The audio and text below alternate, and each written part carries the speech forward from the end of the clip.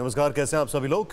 भले ही कुछ लोग उन्हें जिद्दी कहते हैं, लेकिन ममता बनर्जी ने साबित कर दिया कि जिद के आगे जीत है, बम्पर जीत है।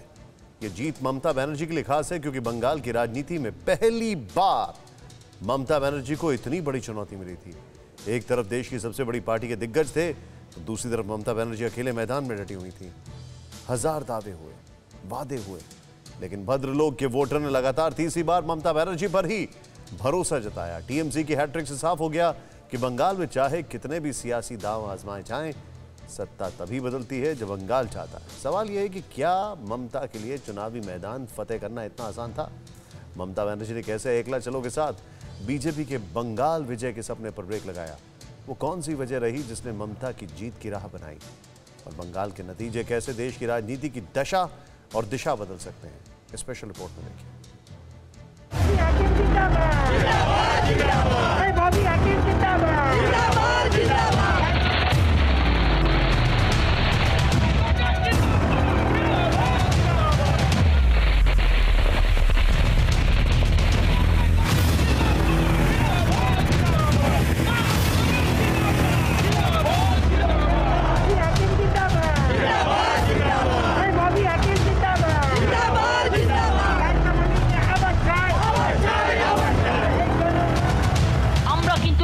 মাথায় রাখবেন, বিজেপি আমাদের ধারে কাছেও আসতে পারেনি।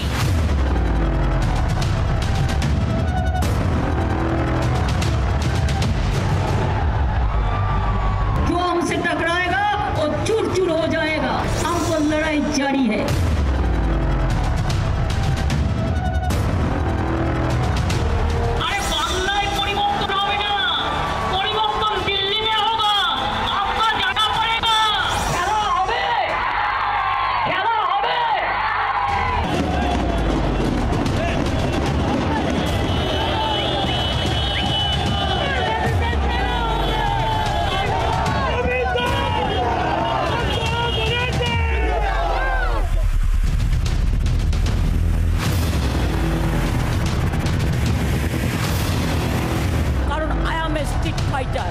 I am a street fighter and I am proud to say that I am a street fighter.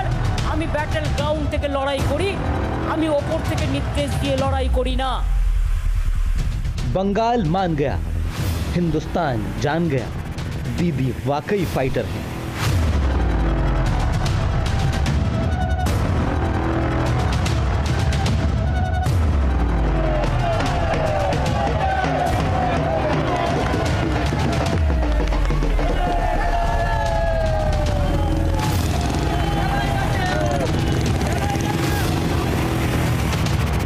दीदी लड़ी, खूब लड़ी, अकेले लड़ी और दीदी ही जीती।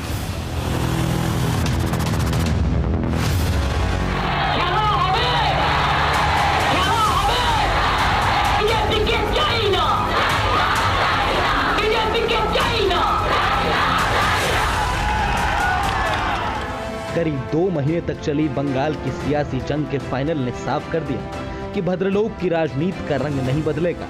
बंगाल की सत्ता के सर्वोच्च सिंहासन पर दीदी तीसरी बार विराजमान होंगी।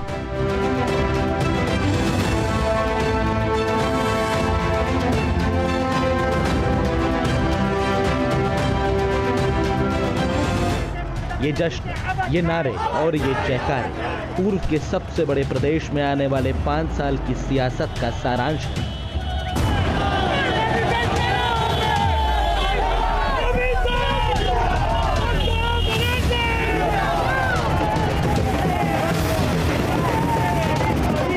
बंगाल ने बता दिया कि कोलकाता की रॉयटर्स बिल्डिंग पर दीदी ही राज करेंगी।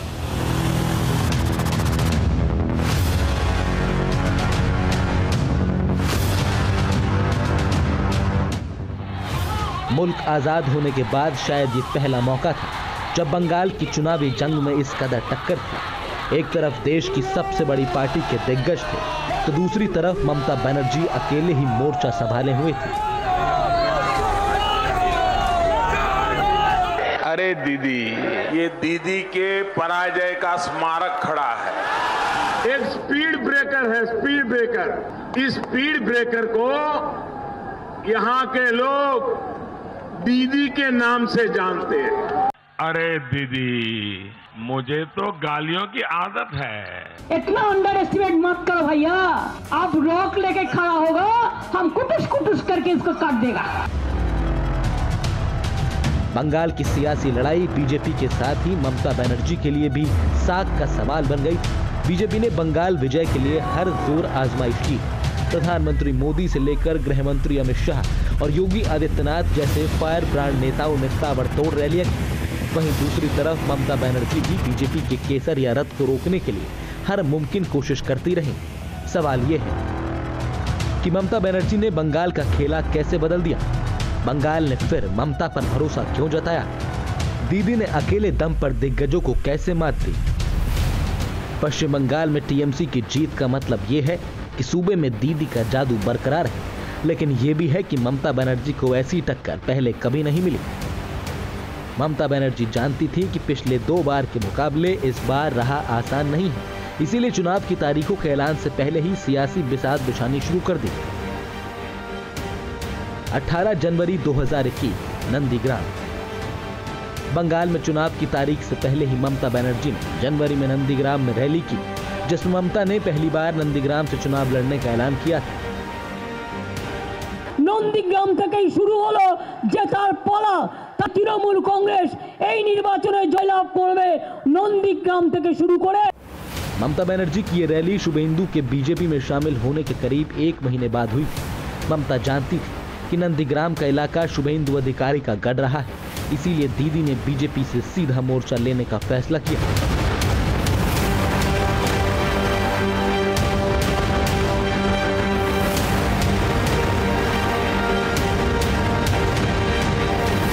बीजेपी জেনে রেখো, এই রাজনৈতিক যুদ্ধে বাংলা জিতবে, দিল্লি হারবে। বাংলা জিতবে, বহিরাগত গুন্ডারা হারবে। বাংলা জিতবে, বাঁকুড়া জিতবে, পুরুলিয়া জিতবে, ঝাড়গ্রাম জিতবে, মেজিয়া জিতবে, সালতোরা জিতবে, প্রত্যেকটা জায়গা জিতবে। इसे आत्मविश्वास कहें या फिर जिद, ममता बनर्जी ने रिस्क लेते हुए सिर्फ एक ही सीट नंदीग्राम पर चुनाव लड़ी। अक्सर ऐसा होता है कि बड़े नेता सुरक्षित और 2 सीटों से चुनाव लड़ते हैं, लेकिन ममता नंदीग्राम से ही मैदान में उतरने पर डटी रही। 10 मार्च 2021 नंदीग्राम। बीजेपी लगातार आरोप लगा रही थी कि ममता बनर्जी मुस्लिम तुष्टीकरण करती हैं। ममता बनर्जी को भी यह एहसास था कि हिंदुओं का एक तबका उससे नाराज है, इसीलिए नामांकन के दिन से ही ममता बनर्जी ने बीजेपी के सियासी हथियार की काट तैयार करनी शुरू कर दी।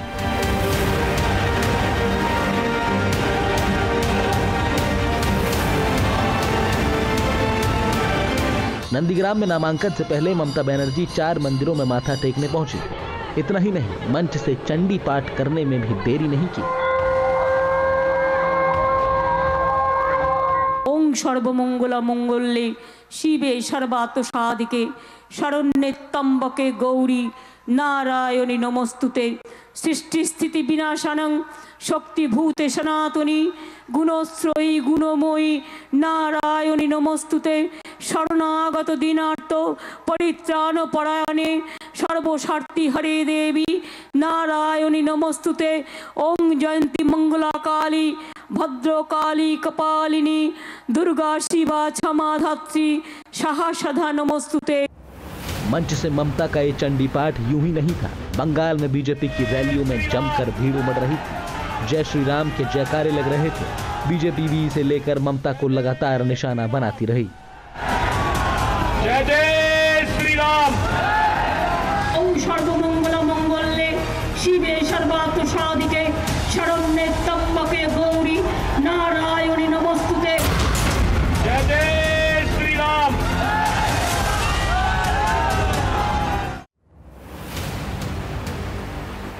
बीजेपी के इन्हीं हमलों को ममता ने चुनावी हथियार बना लिया। अपनी करीब करीब हर रैली में चंडी पाठ से लेकर सरस्वती पाठ करती रही। खुद को बंगाल की विरासत और अस्मिता की सबसे बड़ी पैरोकार साबित करने की कोशिश की। खुद को ब्राह्मण बताया, खुद का गोत्र तक बताया। আমাকে জিজ্ঞেস করেছিলেন পুরোহিত মশাই, মা তোমার গোত্রটা কি?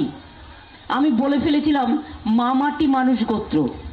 আজকেও তিনি যখন আমায় জিজ্ঞেস করলেন, আমি বললাম দেখুন আমার তো একটা পার্সোনাল গোত্র আছে, সেটা সান্ডিল্য। ममता बनर्जी जानती थी कि उनका मुकाबला देश की सबसे बड़ी पार्टी से। वो पार्टी जिसने चंद साल में ही कश्मीर से कन्याकुमारी तक, कच्छ से कामरूप तक की राजनीति को केसरिया रंग दे दिया। इसीलिए ममता बनर्जी ने बीजेपी के तरकश के हर तीर के लिए काट तलाशी। एक तरफ जहां बंगाल से वो दिल्ली की सत्ता को चुनौती दे रही थी, वहीं मतदाताओं को ये संदेश देने में भी वो कामयाब रही कि बंगाल के लिए उनसे बेहतर कोई नहीं।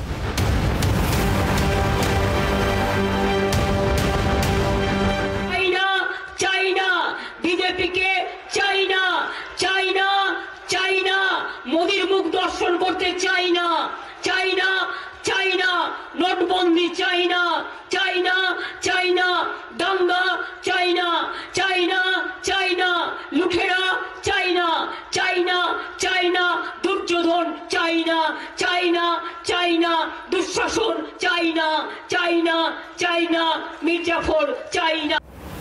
राजनीति में प्रतीकों के बहुत मायने होते हैं। करीब 5 दशक की राजनीति के दौरान ममता बनर्जी को इसका बखूबी तजुर्बा है। इसीलिए नंदीग्राम में रोड शो के दौरान जब दीदी को चोट लगी तो इसका आरोप उन्होंने सीधा बीजेपी पर लगाया।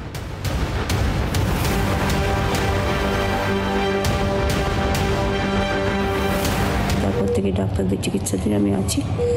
আমি অনুরোধ করব আমার সকলের কাছে যে সকলে শান্ত থাকুন, সংযত থাকুন, ভালো থাকুন, আর এমন কিছু করবেন না যাতে মানুষের কোনো অসুবিধা হয়। আমি আশা করি 2-3 দিনের মধ্যে আমি আবার নিজের ফিল্ডে ফিরে যেতে পারবো। তবে হয়তো পায়ের প্রবলেম থাকবে, কিন্তু আমি ম্যানেজ করে নেব। ममता बनर्जी जानती थी कि ये तीर निशाने पर लगेगा, इसीलिए अपनी चोट को राजनीतिक प्रतीक बनाकर चुनावी रैलियां करती रही। ममता बनर्जी के पैर में प्लास्टर लगा था और वो व्हील चेयर पर बैठकर हमेशा मैदान में डटी रही। इतना ही नहीं, ममता बनर्जी ने अपना पूरा प्रचार पैर में प्लास्टर और व्हील चेयर पर बैठकर ही किया।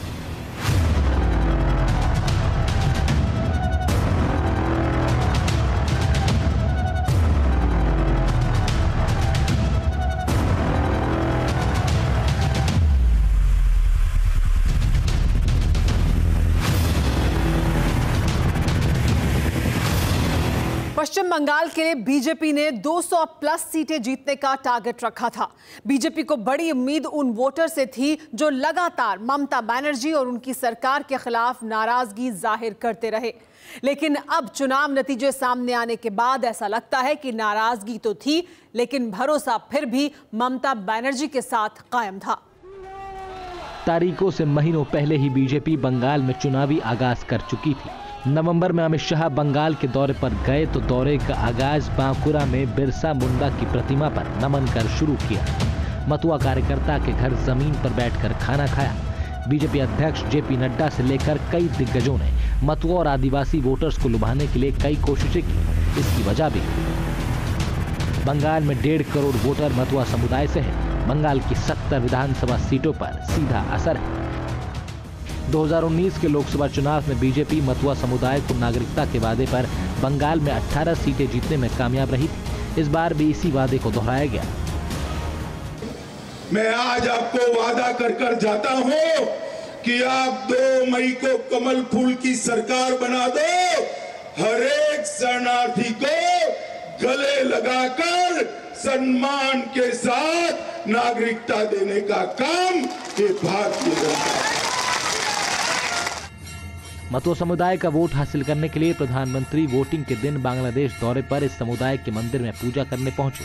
लेकिन नतीजों के बाद लगता है कि मतुआ समुदाय के अधिकतर वोटर ने बीजेपी पर भरोसा करने के बजाय पहले की ही तरह ममता बनर्जी को ही अपना नेता माना है।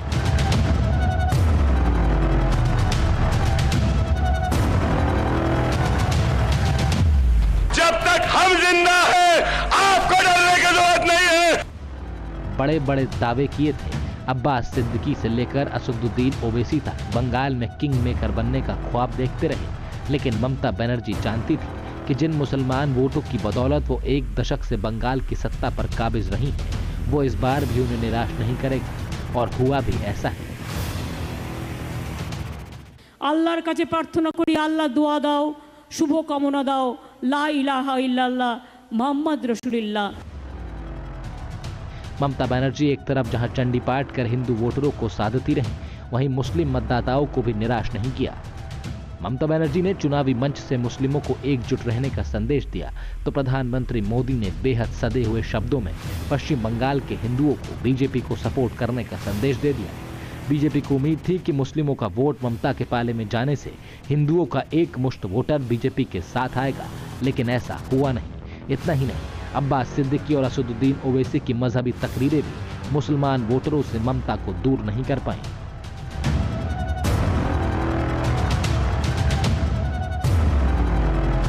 पश्चिम बंगाल चुनाव में एक बात जो पूरी तरह से साफ थी वो ये कि एक तरफ बीजेपी थी जो साधन संपन्न थी, जिसके पास चुनाव लड़ने के लिए एक मजबूत मशीनरी थी। वहीं दूसरी तरफ थी ममता बनर्जी जिनके पास स्ट्रीट फाइटर वाला स्टाइल था और यही टीएमसी का अकेला भरोसा था।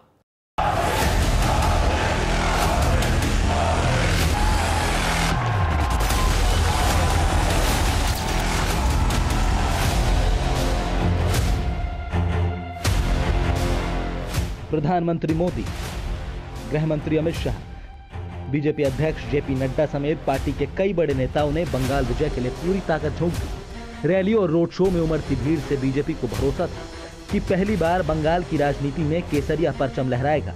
प्रधानमंत्री मोदी ने भी बंगाल में खूब मेहनत और 20 बड़ी रैलियां की, जिनमें निशाने पर ममता बनर्जी रही। दीदी, ओ दीदी, दीदी, ओ दीदी,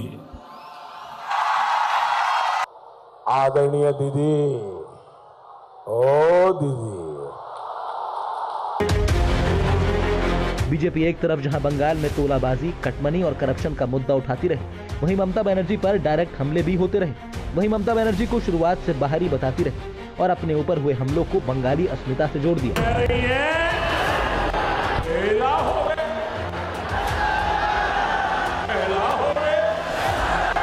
वहीं ममता बनर्जी शुरुआत से ही बीजेपी को बाहरी बताती रही और अपने ऊपर हुए हमलों को बंगाली अस्मिता से जोड़ दिया। This is most unfortunate. ट्राम्पो মনে হয় এত দূর যায়নি, নরেন্দ্র মোদি এত দূর গেছে। প্রতি ইলেকশনের দিন আসে আর মিটিং করে ভাষণ দেয় আর বলে দিদি দিদি ব্যাঙাচি, জানেন তো ব্যাঙাচি, ব্যাঙের বাচ্চাকে বলি ব্যাঙাচি, আর ওরা দেয় ভাঙাচি ভ্যাঙাচি, মানে আমাকে ভ্যাঙাচ্ছে। আমাকে যত ভ্যাঙাবে আমি তত খুশি, তার মানে আমার ইম্পর্টেন্স আছে বলেই তো ভাঙাচ্ছ না, না হলে তুমি কেন ভাঙাবে। बंगाल का वोटर बंगाली अस्मिता और विरासत से बेहद जुड़ाव महसूस करता है, इसीलिए ममता बनर्जी बार बार ये साबित करने की कोशिश करती रही कि सोनार बांग्ला का सपना वही पूरा कर सकती हैं। আমি এই বাংলায় মানুষ হয়েছি, এই বাংলায় মানুষ হয়ে আমি ধন্য, এই বাংলায় মা বোনদের কাছে আমি ধন্য, এই বাংলার ভাই বোনেরা আমাকে এত ভালোবাসে। बंगाल में 4 फेज का चुनाव होते होते देश में कोरोना का कहर विकराल रूप ले चुका था। जिस वक्त प्रधानमंत्री समेत बीजेपी के सभी कद्दावर नेता पश्चिम बंगाल में चुनावी प्रचार कर रहे थे, तब कोरोना तेजी से पैर पसार रहा था। ऑक्सीजन, वेंटिलेटर की कमी से हर तरफ अफरा तफरी मची थी। प्रधानमंत्री को अपनी कई रैलियां रद्द भी करनी पड़ी। विपक्ष हमलावर था, लिहाजा ममता ने भी इस मुद्दे को बुझाने में देर नहीं की। কোথায় ছিলে এতদিন তোমরা? আবার কোভিড লাগিয়ে পালিয়েছো। সব ভালো করে দিয়েছিলাম আমরা, সবাইকে যদি সময় মতো ইনজেকশনটা দিয়ে দিত নতুন করে কোভিড হতো না।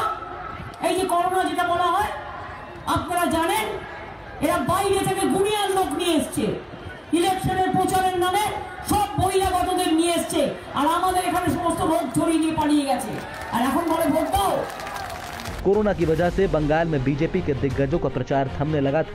प्रधानमंत्री को रैलियां रद्द करनी पड़ी और ममता बनर्जी ने इस दौरान बाजी अपने नाम करने में कोई कसर नहीं छोड़ी।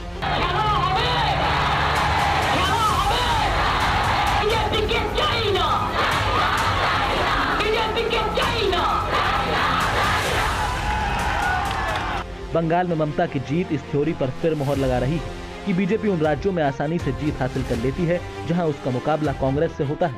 हालांकि यूपी इसका अपवाद रहा है। बंगाल में बीजेपी की पूरी ताकत झोंकने के बावजूद दीदी अपना किला बचाने में कामयाब रही, तो इसका श्रेय सीधे सीधे ममता बनर्जी को ही जाता है, जो दिग्गजों के सामने डटी रही और बंगाल का खेल बदल दिया। আমাকে যখন ডাবল ইঞ্জিনের কথা বলা হয়েছিল, আমি বলেছিলাম ডাবল সেঞ্চুরি করবই, এবং আজকে আমরা এই জন্য মানুষকে ধন্যবাদ জানাচ্ছি। বাংলার জয় হয়েছে, বাংলার মানুষের জয় হয়েছে।